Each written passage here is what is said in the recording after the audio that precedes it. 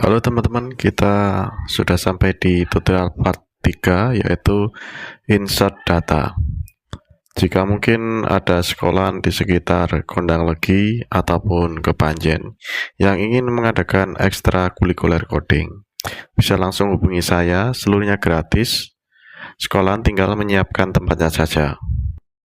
Oke teman-teman, setelah kita belajar tentang menampilkan data dari database, nah kali ini kita akan belajar tentang insert data ke dalam database.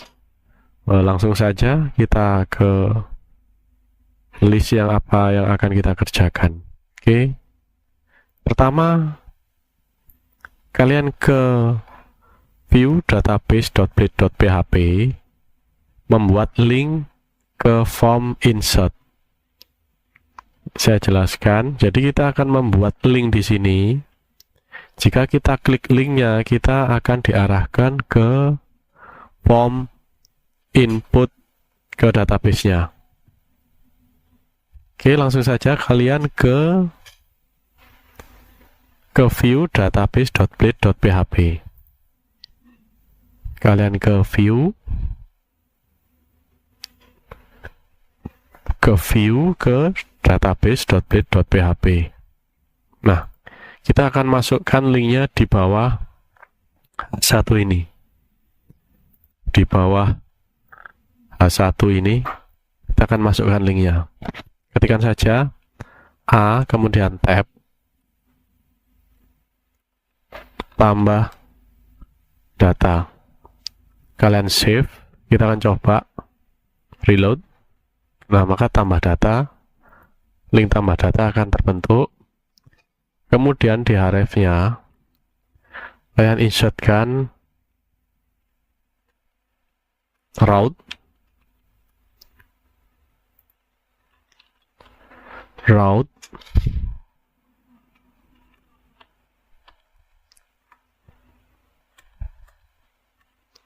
database dot create.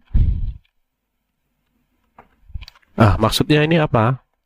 Route database create. Nah, kita jika kita klik tambah data, kita akan diarahkan ke kelas controller database dengan function create.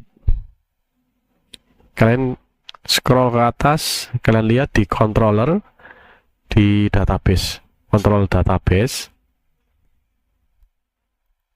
Nah, kita akan diarahkan ke sini ya, teman-teman. Kita akan diarahkan ke function create. Kemudian di function create ini kita akan menampilkan form inputnya. Caranya bagaimana? Return view, petik, kemudian form input, insert, kemudian titik koma. Kalian simpan. Kita akan coba. Nah, maka di sini akan error karena view form insert-nya tidak diketemukan. Nah, oleh karena itu kita akan bikin view-nya. Kita akan bikin view di sini ya, di view kita akan bikin form insert.blade.php. Kalian ke new file, kalian ke view, kalian klik dulu new file, kita bikin view form insert.blade.php. Kalian enter. Buat sebuah halaman HTML, tanda seru, kemudian tab. Kita kasih judul 1 form insert data ke database. Kalian simpan. Kita akan reload. Kita coba tampilkan. Nah, maka kita akan diarahkan ke view form insert data ke database. Saya rasa mudah ya, teman-teman. Nah, kemudian apa yang akan dibikin? Kita akan bikin formnya. Kita lihat. Ini tadi sudah ya. Ini tadi sudah. Yang kedua sudah. Kemudian kita akan bikin formnya. Nah, pertama kita bikin form terlebih dahulu. Form method post.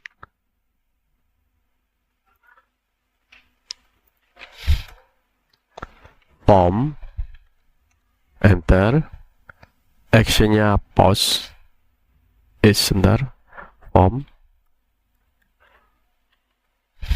Pertama, nama dulu, nama, titik 2, input, type-nya text, kemudian name-nya, nama, kemudian BR, turun ke bawah. Setelah nama apa? Kita lihat NRP. Kita kasih require. Require nanti saya jelaskan fungsinya. Require. Nama NRP. Input, kemudian tab, text, name-nya NRP,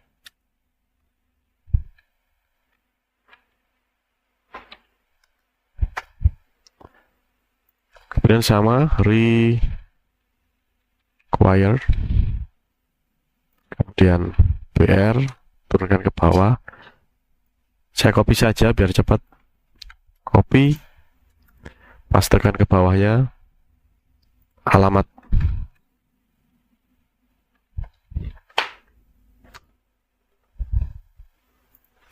Kita ganti name-nya alamat. Kemudian satu lagi button, type-nya submit.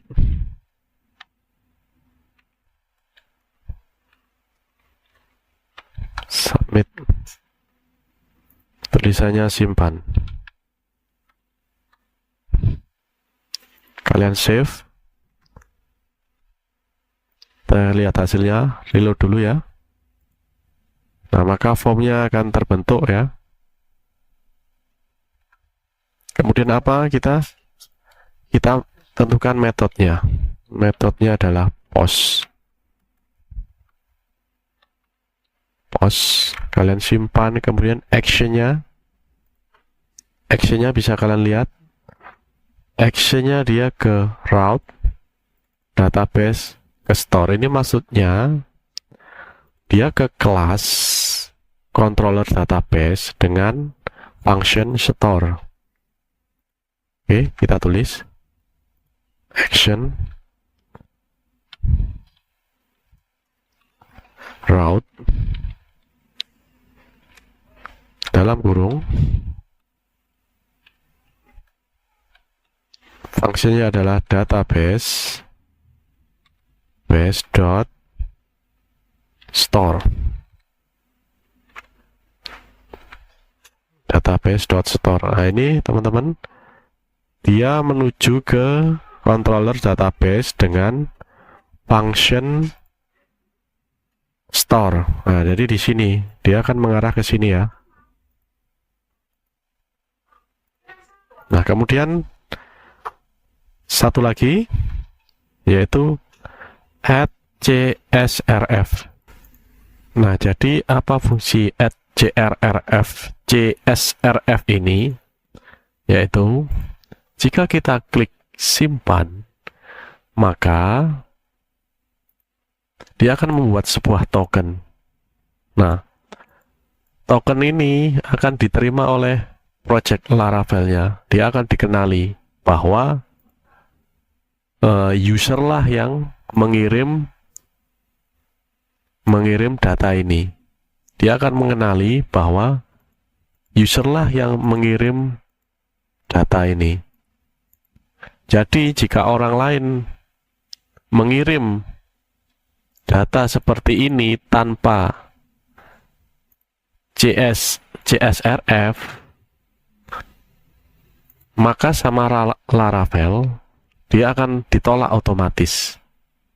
Jadi ini adalah fungsi keamanan dari Laravel 11. Jadi tidak sembarang orang atau halaman dapat mengirim data ke project Laravel tersebut. Jadi yang mempunyai token yang akan datanya akan diterima dan dikirimkan ke database. Begitu ya. Kita tambahkan add CSRF.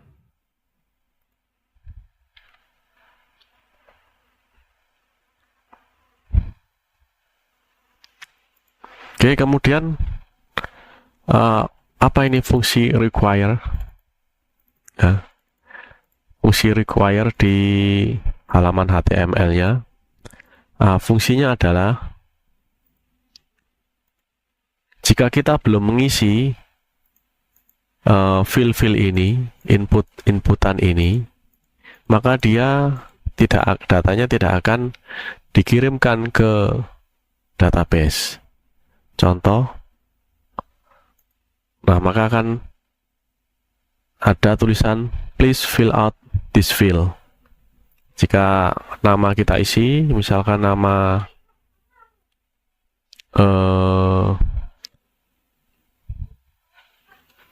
Rizkon, kemudian kita simpan, maka dia akan beralih ke field selanjutnya, disuruh mengisi ya. Oke, teman-teman, kita coba isi ini. Nah, ini kita belum selesai ya. Setelah ini, langkah kita selanjutnya adalah kita ke controller database function store. Nah, ini ya. Kita ke controller ini, database store, kan kita diarahkan ke sini. Nah, kita akan masukkan coding berikut ini. As request validate. Jadi dia data yang masuk ke controller store ini, dia akan dicek terlebih dahulu. Dicek nama, apakah sudah ada isinya. Jika tidak ada isinya, maka dia akan error. NRP apakah sudah ada isinya? Jika belum, maka dia akan error.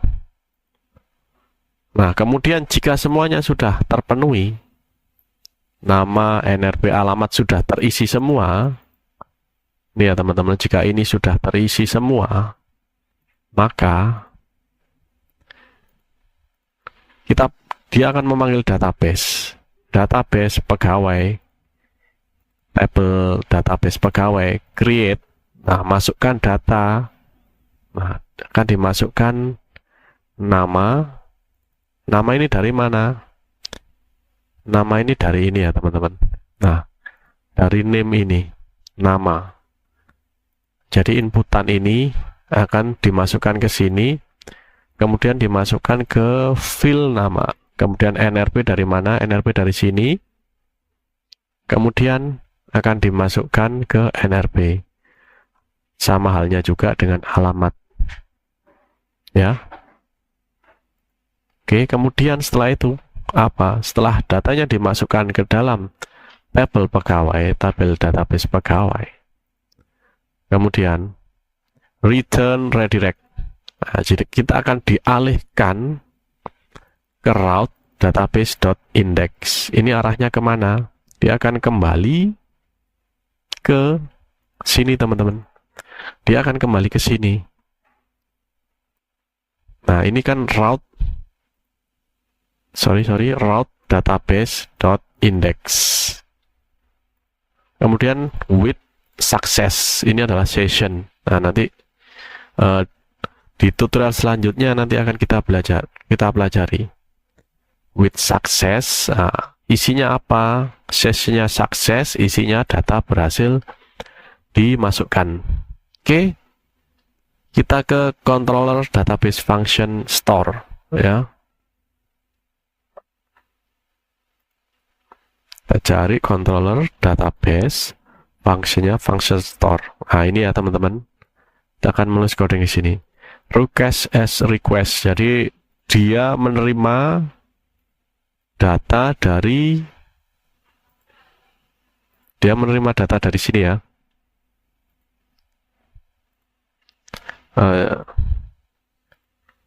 Kita validasi dulu as dollar request, kemudian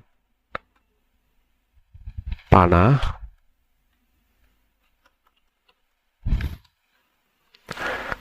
validate dalam kurung kotak, kemudian kalian enter saja. Pertama adalah nama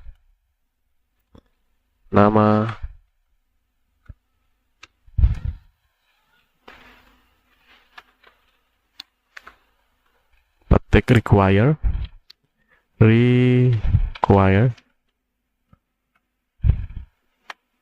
kemudian NRP dan alamat.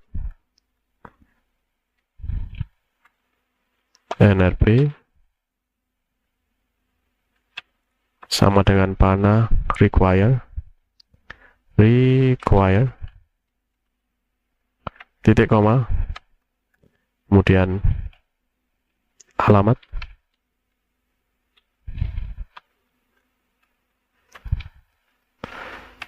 require, kemudian titik koma.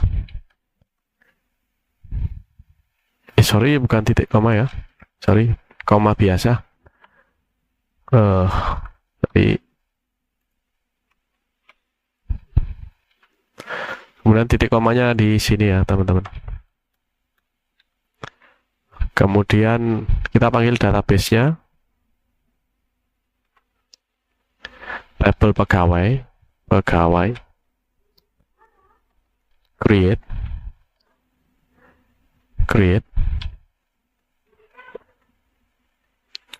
kemudian raya, nama, NRP, alamat, fill nama,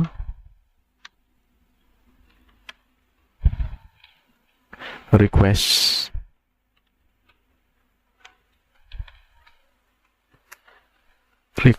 nama, sorry, dollar request, nama, koma, NRP,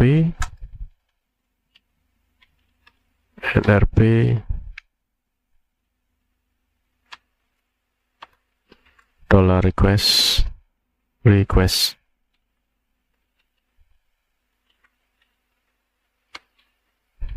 NRP, kemudian koma. Saya copy saja yang terakhir biar cepat. Alamat, request, alamat.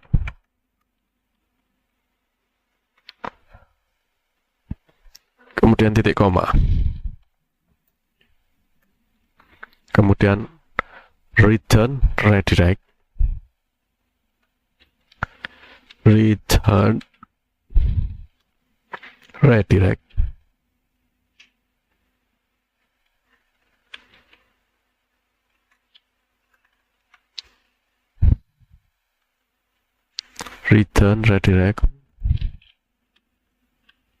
route database dot index.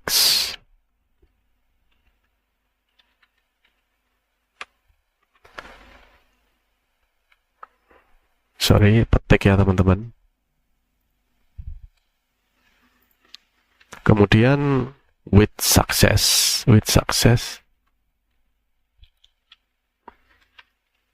sessionnya ya, sorry, with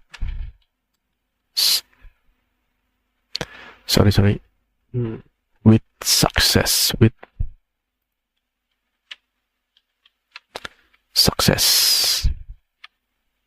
koma, pesannya kalian masukkan data berhasil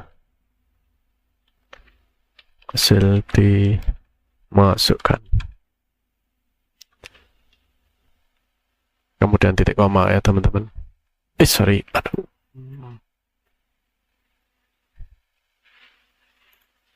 Kita Word Web dulu, view Word Web, titik koma. Kita cek teman-teman, request validate nama required, NRP require, kemudian alamat require. Kemudian jika sudah tervalidasi, juga sudah terisi semua, jika fill ini sudah terisi semua, maka kita simpan datanya ke tabel database pegawai. Datanya mana? Nah, datanya adalah nama. Nama ini berasal dari sini.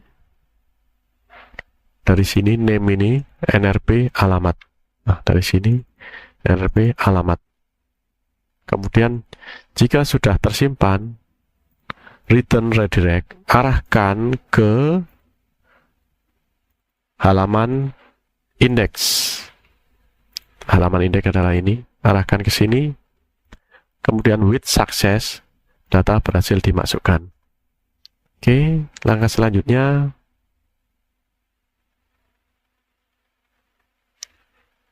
nah, setelah ini kalian ke model pegawai, kita bikin mass assignment. Nah, jadi kita tentukan fill mana yang dapat diisi ke dalam database-nya. Jika kalian tidak membuat mass assignment ini, datanya akan tidak bisa masuk ya. Kalian ke model,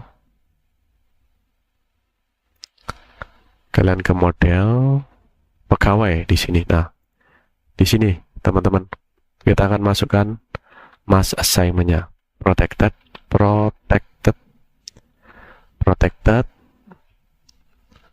$fillable,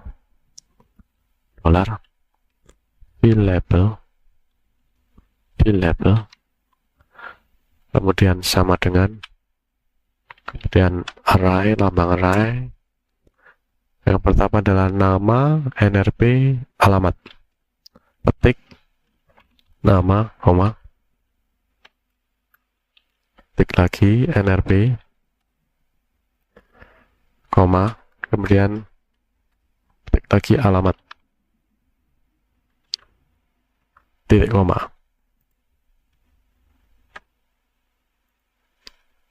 kalian save teman-teman. Database-nya tadi, nah ini tadi untuk kelas kontrol database-nya kalian save juga. Nah, jika masih ada tanda hitam tadi berarti belum tersave ya teman-teman. Oke, kita akan coba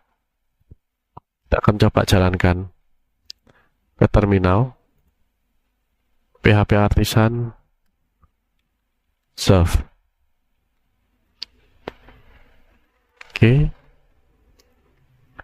kita reload,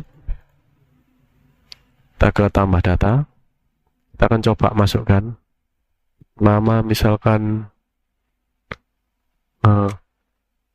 Evi Jobaida, NRP-nya, alamatnya Jalan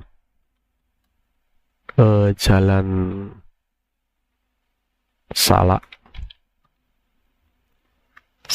nomor misalkan 16, kemudian kita simpan. Nah, maka Evi Jubaida akan tersimpan di dalam database. Kita coba sekali lagi teman-teman. nama L Biru Pramudia. NRP-nya kalian isi. Kemudian alamatnya. Nah, jika saya sisakan 1, kita coba simpan. Alamat tidak kita isi ya, kita simpan. Nah, maka kita diperintahkan untuk mengisi filenya. Nah, inilah fungsinya dari require ini. Require ini fungsinya adalah tuh. Kita coba isi alamatnya Jalan Mongin City nomor 17. Kita simpan. Nah, maka L Biru Pramudia Kusuma, L Biru Pramudia akan tersimpan. Saya rasa cukup mudah ya teman-teman. Semoga kalian bisa mengikuti tutorial saya ini. Saya akan review listnya ya teman-teman. List apa yang kita buat pertama kali. Pertama adalah membuat link. Kita membuat link ini.